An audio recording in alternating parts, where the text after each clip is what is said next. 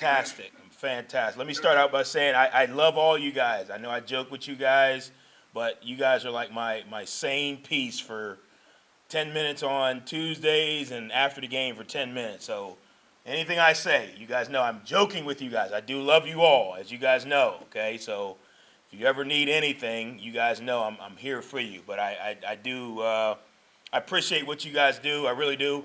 Um, Obviously, coming off a very tough loss, things didn't go our way. A lot of responsibility is going to go across the board. The one thing I think you guys will appreciate, as soon as I got into the locker room, those guys said, "Coach, it's on us," and I said, "No, it's not on you guys. It's on all of us." So we got to be better. There's things that happened in that game that we learned a lot from. Not necessarily, hey, Monday morning quarterback, we should have, could have, would have, but things that we talked about, over and over and over, that we got to continue to get cleaned up. It's not a quick fix. I don't think anybody's out there intentionally trying to turn the ball over or miss a tackle or anything like that. But it's happening. So we got to continue to work at it. We've had a really good week of practice. Again, hats off to ECU. I thought they played a phenomenal game. I told their coach at the middle of the field, their guys made some real contested catches. Our guys were in position, and they caught the football. That's what happens when you play really good teams. Obviously, not the outcome we wanted. Trust me, there's no one that wants to win more than me. I did not go to sleep Saturday night, stayed in, got working right away on this next game. But we've moved on. Like I said, we've had a great week of practice. The guys came in with a really good mindset. This week, another challenge. I know you guys just think I always say that, but it's going to be a challenge. Phenomenal environment, phenomenal football team, phenomenal football culture is what I told the guys when we did our pre-scout. This program that we're going to play has been a successful program for a long time. They've won for a while. One thing that they've done is even when they've had coaching changes, their coaching changes stayed within the family. So the family stayed the same. So a lot of their systems stayed the same. A lot of their core values, a lot of the things that they try to do on both sides of the ball stayed the same. Some guys moved away, came back. Some guys moved up, got promoted. So they've done a really good job of that. And I think our guys will be prepared. Obviously a quick turnaround to go down there Thursday night in front of a national audience and get a chance to go execute. Our guys are up for the challenge. We got a couple more days here to prepare, but we're excited. We're really excited. Open it up, questions.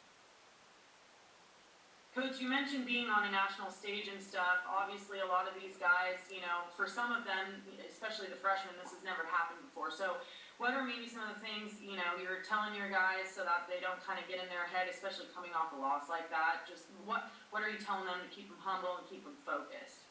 Yeah, I think it goes back to pointing out the things that we need to correct, and not just in the last game, but the entire year. Because, like I told them, Monday, this turnover thing is becoming a habit. It's not something that's sporadically happening, and it's not one person or one group, or it's something that's happening across the board. So what does that mean? Well, that means that everyone is focused on it until I have to focus on something else. So until Corey, for example, focused on catching a tight window throw by Grant and going to score, he didn't think about, I got to protect the ball. Now, I don't think he went out there and thought, you know what, I'm not going to protect the ball. Same thing, with Grant. I don't think he's thinking, I'm going to throw this ball and it's going to go off the receiver's fingertips into Navy's defensive back's hands. I don't think he's thinking that. So what I'm saying is, what I talk to those guys about is, although we are going into a national stadium or national environment, national TV, all of those things, that shouldn't change the way you prepare or the way you plan to execute. What should change those things is, hey, I have 3 games of film. I have X amount of reps at receiver. I have X amount of reps at O-line. What do I need to do to get better, and what do I need to improve on the things that I put on film? Coach, practice was something that you mentioned after the last 2 games. You weren't exactly pleased with how it had gone in the build-up. You mentioned just a minute ago that you've had a good week of practice so far. Just what is a good week of practice for you right now? What are the guys doing that you like? No, I thought last week, I thought we had a good week. I thought we bounced back off of the North Carolina Central week. North Carolina Central week, I thought we had hey, we're playing a 1AA team. We're out here, we're just kind of out here. Last week, I thought we had really good focus.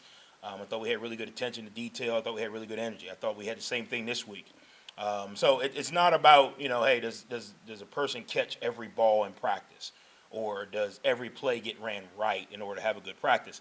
It's your focus, it's your intensity, it's your accountability, it's your communication. You can tell if guys are focused. You can tell if we're repeating a play because it's a new play and we're just trying to install it a certain way versus different coverage, or if we're repeating a play because somebody over there didn't see the signal because they were taking too long to get lined up. You can tell the difference.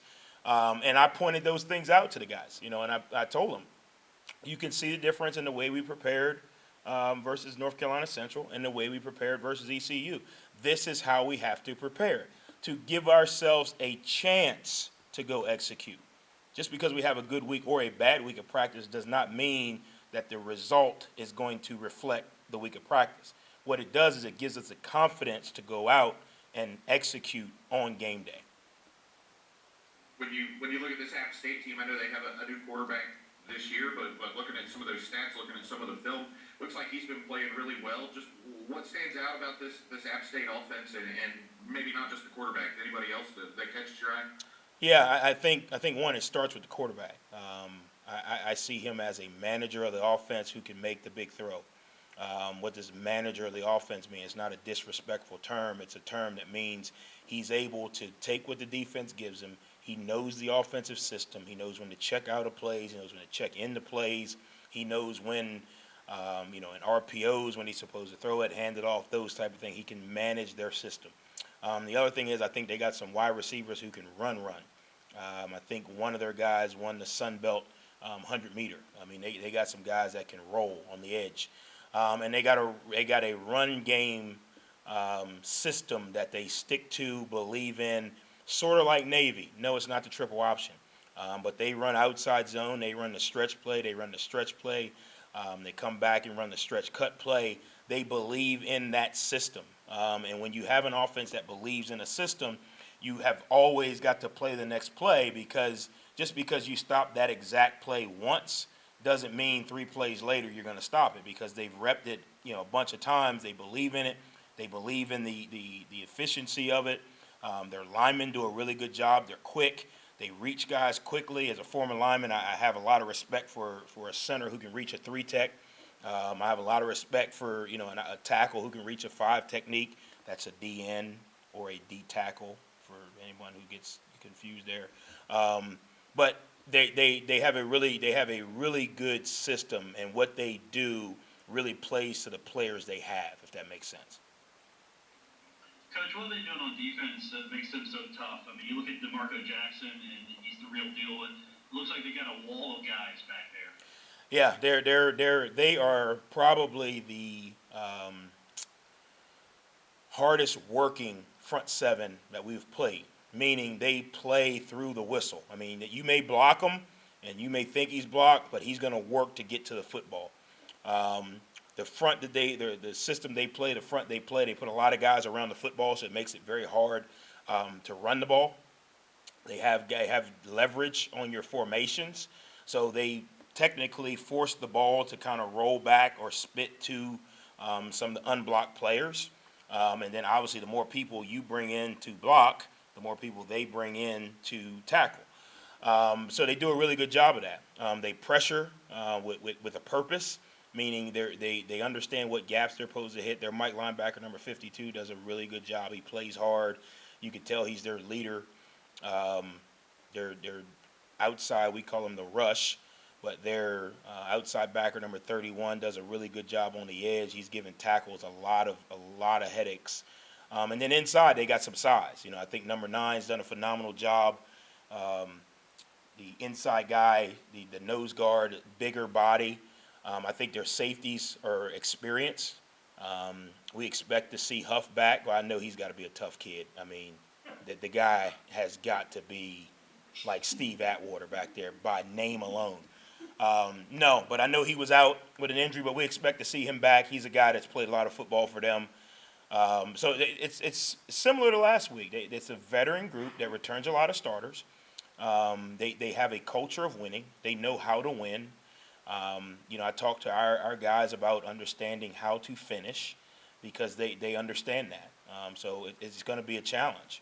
And then on top of that, this will be the third week of us being able to play our defense. So last week was the second week. So some of the things that happened in the game, yeah, we had answers for, but without installing the entire defense and all the checks and all the variations, we were limited on what we could do. Stop this, but you run the risk of this happening. So just part of the growing process, not an excuse, but part of the growing process. And our players understand that.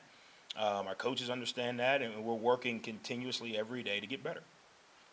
Which is that like is killer instinct the right term? You guys have moved the ball on to everybody. And even Willie talked about efficiency in the red zone. Is that something you're preaching this week and you preach every week to your offense? Well, I think as a team you got to preach finish because yes, we had 3 opportunities in the red zone, right, Saturday night in the fourth quarter. We got 0 points. We had a fumble on the goal line, missed a field goal, and we had a drop pass. And you say on the drop pass it's 4th and 1. Okay, it's a 2-score game. So you're thinking, okay, well, either way, they got to score twice. So it's 4th and 1. Cramsey says, I'd say, Cramsey, I want to go for it. He says, what do you want to do? So we want to run it. He says, okay, they're going to go 0 blitz because that's the tendency they've had all week in that area, on that hash, with that personnel on the film. So if they go 0 blitz, which means they're going to have 2 more guys than we can block. So we throw the RPO fade to Talik. The same play, same scenario that Willie caught the first touchdown on and everybody cheered. Okay? We throw a great ball. Talik just misjudged it. Okay? So we come back down the second time, we missed the field goal. So all of those things happen. It wasn't just me just pull it out of my hip. This is what we want to do. We're in a territory where a field goal, to me, based on our practice, based on seeing our kickers, is 50-50. Okay? If we can go for it and we get a chance to get a little closer or we score, changes the dynamic of the game. Corey doesn't fumble on the goal line, we go up 21 in the fourth quarter, changes the dynamic of the game. Flip it over to the other side. You ask, why do I say it's a team finish thing? Defense has an opportunity 3 times to stop them in the fourth quarter. Couldn't come up with a stop. They made some contested catches. Our guys were in position. They made some catches, okay? Special teams has an opportunity. We have the hands team out there. Yes, we understood they were going to go for an onside. Actually, on film, they showed 3 different onside kicks that we prepared for all 3 of them. So before the play, we covered all 3 onside kicks that they've shown on film in the last 3 years. Stone hesitated for a half a second because if the ball doesn't go 10 yards, the offense can't recover it. So if you run up to try to grab it before 10 yards and you bobble it, now they can get it back. So what do we tell our guys? Put your heels at 9. When the ball gets to 9, take a step forward, you're going to catch it at 10. He hesitated for a half a second. I still love Stone. No, he's a 19-year-old kid. He made a mistake. So when you talk about team finish, those are areas, and I pointed those out to the entire team. Those are areas where everybody on the team had an opportunity to finish. And if we can do that collectively, we'll be okay. I know, again, Scott, you get hammered because I love you, and you get a longer answer than anybody, usually because you ask in-depth questions. But you gotta call me Keith, because Scott and I are not related. I'm sorry, I'm looking at Scott Morehouse in the back. I'm sorry, Keith. I apologize. Yeah, you're right. You're right. You're good, thank you. Coach, now looking forward to this game, we've heard a lot about, the front 7 on the defensive side of the ball for App State. Does it give you some confidence going in, knowing that you do have a veteran, front 7 on the offensive side for you guys and a lot of experience there? Yeah, I go into the game with confidence because I love my guys. And when I say my guys, I'm talking about everybody in this organization, man. When you're around people and you prepare with people and you know their intentions and you know how hard they work, you can walk into any environment with confidence. You should walk into the newsroom today with confidence because you know the weatherman has done his job. But no, and I'm joking with you. Let me preface that. But I have confidence because I know how hard these guys work. And yes, does it help that we have some older guys? Yeah, so it's not the first time they've been in a quote unquote big game, or a game, that's, in the middle of the week or whatever it may be. So yes, the having veterans in our program does help with the confidence, but we walk into every stadium knowing how hard we've prepared with confidence. And it's not fake confidence or it's not hype. It's not, hey, look at me. It's just, we've prepared really hard. Let's go out and execute. Coach, last week you mentioned that the East Carolina game would probably be the first real test for your secondary after what you faced the first 2 weeks. The numbers are what they are. Just where do you think you guys can improve there? What did you see out of that group Saturday?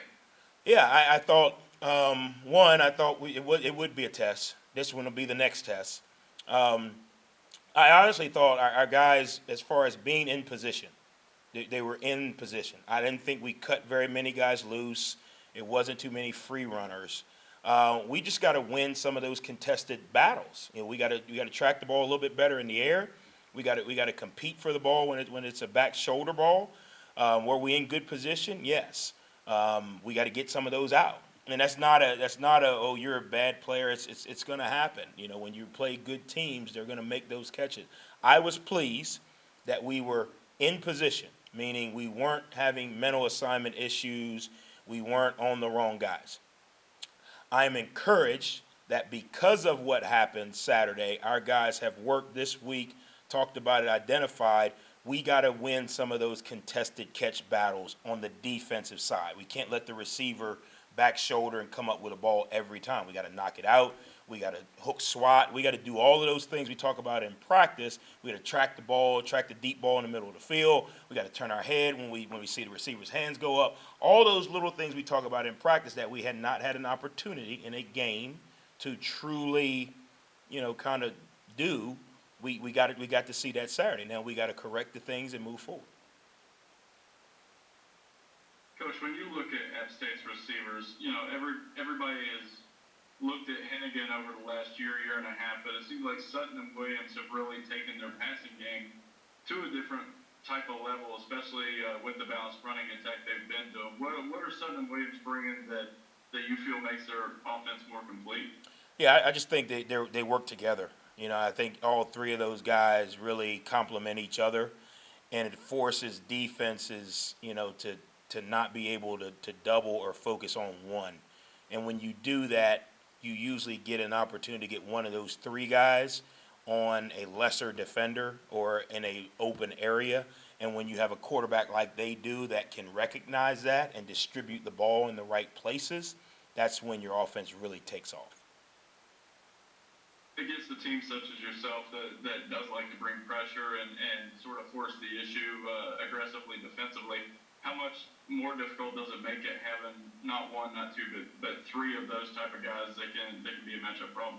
Yeah, I think it creates a lot of challenges because you really got to ask yourself, okay, do we want to go man coverage and we want to play our three, DBs or backing guys man to man with some of their very good receivers? Do we zone blitz and have a chance to catch them through zones, which gives them a chance to run through some zones with some speed?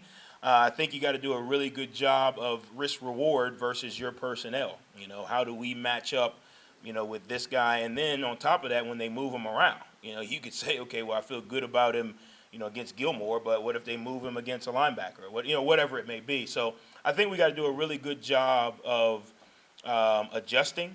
I think we also got to do a really good job of when we have an opportunity to make a play, whether that's a knockdown or whether that's a stop and a run or whether that's a quarterback sack, we have to make those plays because if we don't, they have a good quarterback. We miss a sack, he's going to be able to step up and find an open receiver. They have a good running back. If we don't have a gap sound, they're going to be able to create some advantageous downs, meaning 2nd and 3 versus 3rd and long or 2nd and long, which changes the next call for the offensive coordinator. So all of those things play together. It's not just stopping the pass or, hey, they got 3 good receivers. To me, all of those things play together on defense. I know that they've got a pretty good bit of talent back from last year's team too, and I know you've spoken about not watching last year's film because it's different, but do you try and take some bits and pieces from last year's film and personnel-wise try and look at what you all had from that game and mesh it with this year's? Yeah, I mean, I watch last year's film now because we're in the game planning, so I'm not watching Grant throw the ball last year, but I am watching structurally, okay, how did they defend certain formations? How did they defend certain players? How did they defend certain runs or passes? Not to say, oh, that worked last year, let's run it this year. Or this worked that didn't work last year. But to get an idea of how they're going to adjust or align. So now we can give an idea to our players, hey, this is the front coverage, blitz, pressure, whatever it may be, that we're anticipating based off of film study, not just, hey, let me pull it out of my pocket. Why do you want to throw a fade on 4th and 1, Coach Huff? Well, let me pull it out of my pocket. I don't have anything going. No, it's a week of film study from 7:30 in the morning to 11:30 at night. Film study.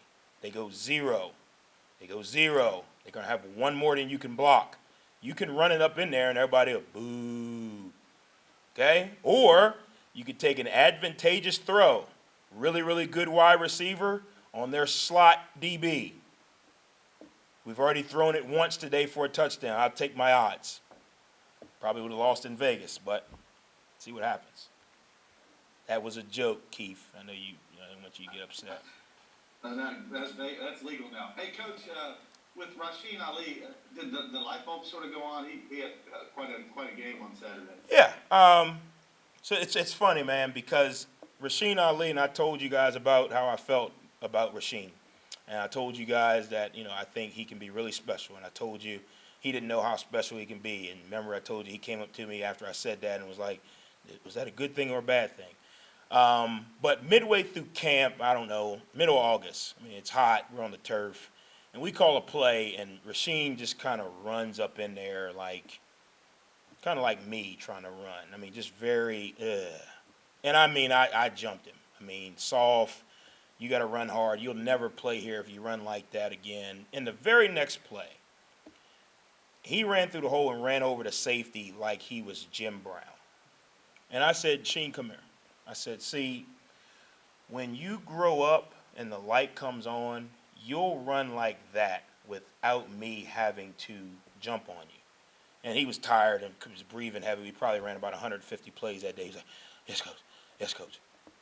Well, Saturday, after he had one of his the long run coming towards the shoey, I grabbed him. I said, you're growing up, man. You really are growing up. And to me, that's the moment that I knew was coming. Obviously, I'm a crazy head coach. I don't let you guys in practice, so you guys didn't get a chance to see that. But I wanted you to see it out here on the field. Then you have much more fun seeing it on the field. Yeah.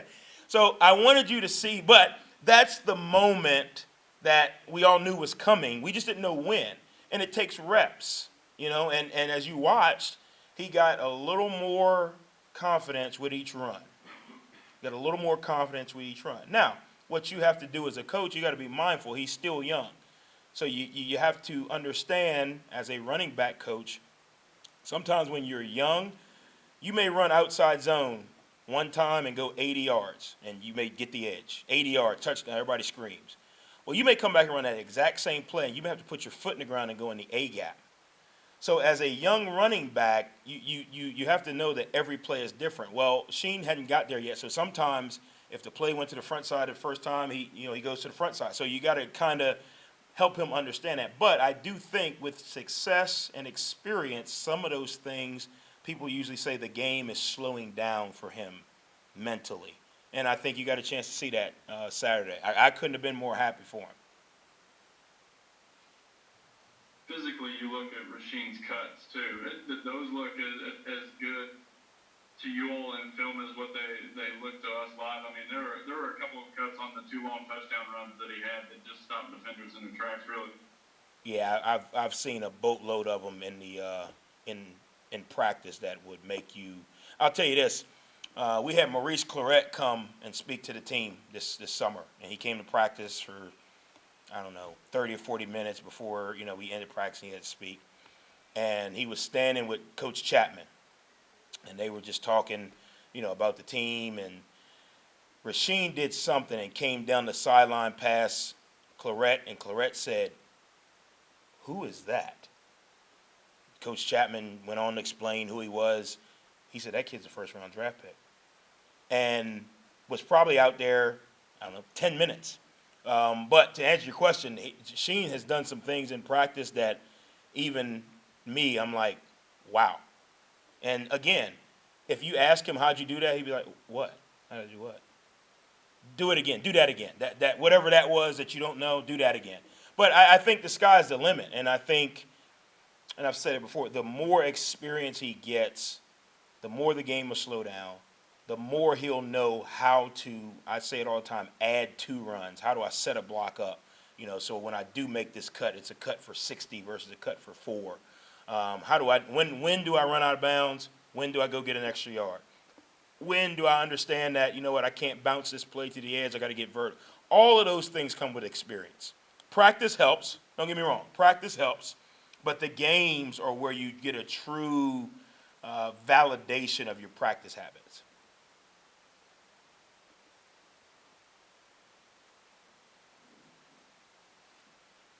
Anything else? I'm good, Coach. Thank you. Good if everyone else is. That's good. Well, I appreciate you guys. Josh texted me and said that he was busy at work. Oh, he's back. Oh, he's back. Okay. All right. I was about to say Josh jumped off the wagon. He was the first one off. But he did text me, so we'll let him back on because I love all you guys so much. No, I appreciate you guys. I know you guys are.